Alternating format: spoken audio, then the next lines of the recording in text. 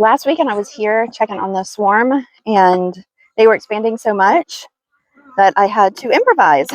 I did not have the box I needed, a 10 frame deep brood box.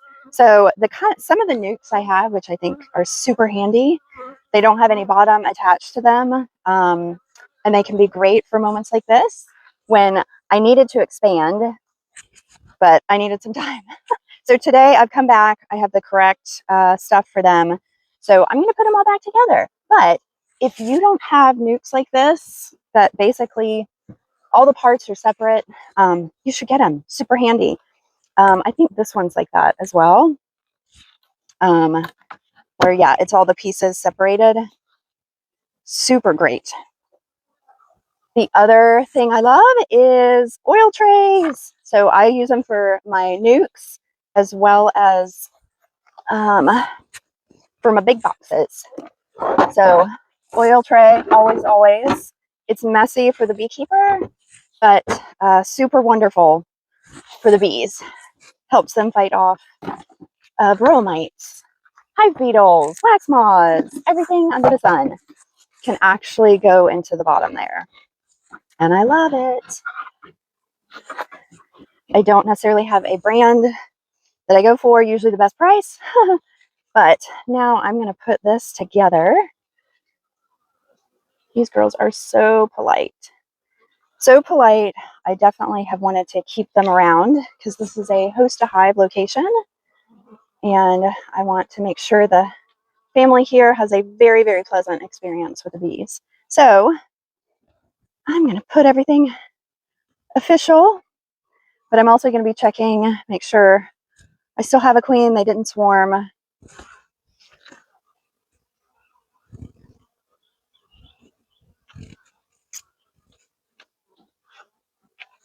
And I'll let y'all get closer so you can see how things come together. Okay, I think y'all can see things better from this angle.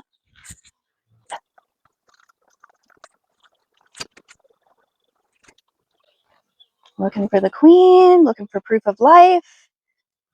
So I'm looking for eggs.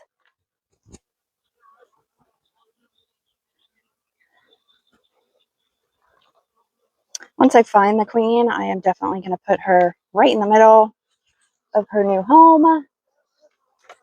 So what I had done with these two nukes, let me actually show the setup if you can see it.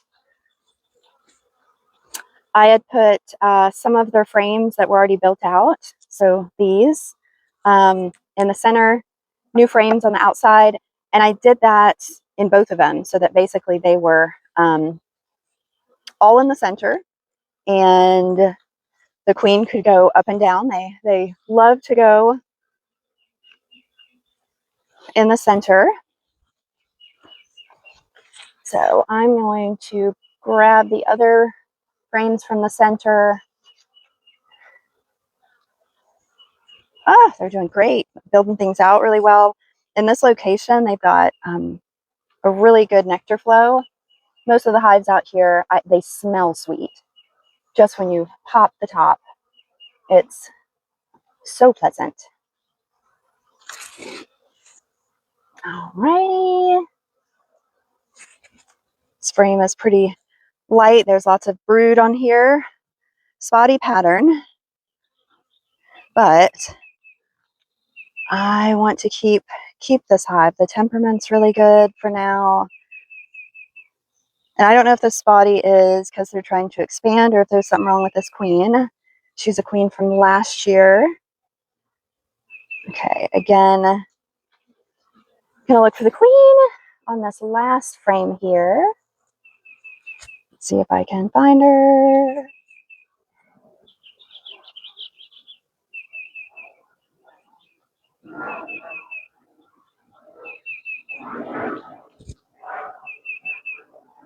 Lots of coverage over here. Oh, there she is. There she is. She's a beautiful darker color, and she's shy, of course. Of course. I find her and she wants to hide, but there she is. Beautiful. Queen from last year. I think this was a swarm I caught. So I don't know her genetics, but you know, when hives make it through the winter and then are expanding well, I'm here to support them. So I'm going to put her right down in the center.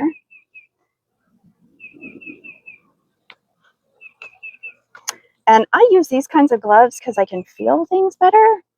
I can feel the bees. Now, I do risk getting stung, which does happen. But right now, I'm just bumping frames together gently, trying to get them out of the way as I squeeze these frames officially together. And this, they had already started to build some of the comb out, which is great. This other side is still to come, but I'm going to put this right on the outside here. Bump, bump, bump. Look out, girls. All right, let me check. I think I've got some other frames here that they have started to build out as well. So I'll put that on the outside, on the opposite side. Oh yeah, this one's got some weight to it. Yeah, they've definitely got some nectar going on in there, but they're building out. So these cells on this side, they don't have as much nectar. So I'm going to turn it around to face where the queen might hit first. So I've got the nectar on the outside over here, open cells on the inside for her to go to town. And then I'm going to continue to add these other frames in. Now this one they've started to build out as well. Minimal. But at this point, okay, the weather is warm, nice and toasty. So I feel comfortable adding all of these frames in because it's warm. We've got a nectar flow in this region, so I know they'll be able to probably quickly build out. And I am pushing it over. They talk about the bees like it tight. They do. They like it cozy. They like it warm. And we got a hive beetle. I will help them fight that and squish it. I hate you. Hate you, hate you. Squished it, but this is why I have an oil tray coming. All right. So, all right. And there are still bees in here. So a lot of times I'll just brush them. I'm not here to create a lot of drama. I'd rather them not get killed. So I just brush them off. Some people will tap it, and that can be really violent. And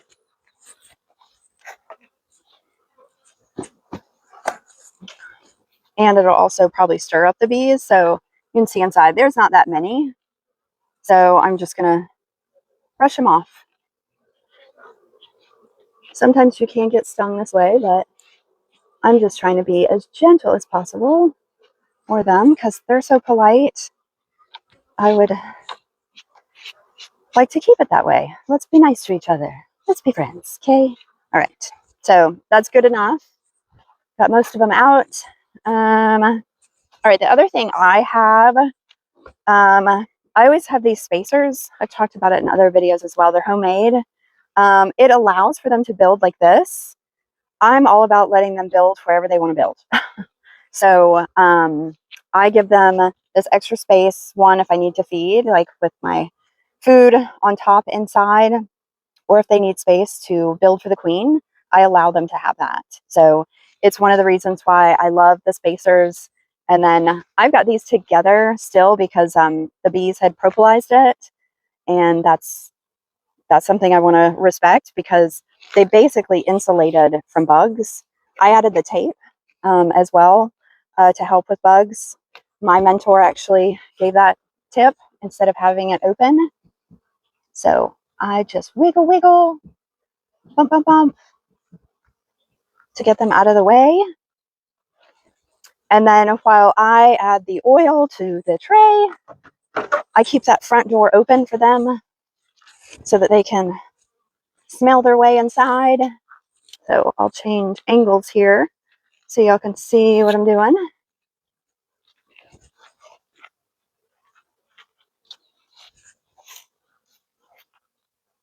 But yeah, these girls are so polite. But I've got the oil tray back here. I use cheapy oil, nothing fancy. Even though so I fill it up at least like halfway. So to show you what the oil tray situation looks like, back here, oil tray, I've got it filled up about halfway. And yes, this is why you put this on top. These are going to go into it. So this keeps them out of that. But it's the extra thing to fight off varroa mites, hive beetles, all of that.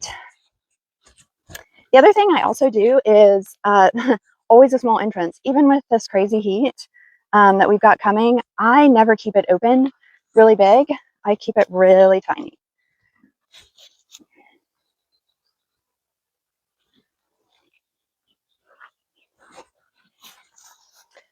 I keep it really tiny because it's less area for them to have to deal with and protect. So they might end up bearding up top, but I'm okay with that. Absolutely okay with that. There we go. Our neighbors now. So this hive is actually really weak. So I might end up taking eggs from this hive and giving it to this one so that they make a new queen.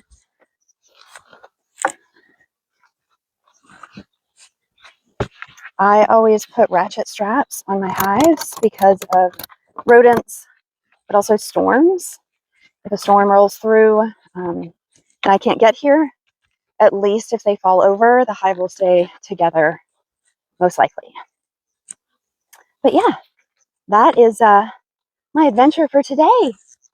Good luck, girls.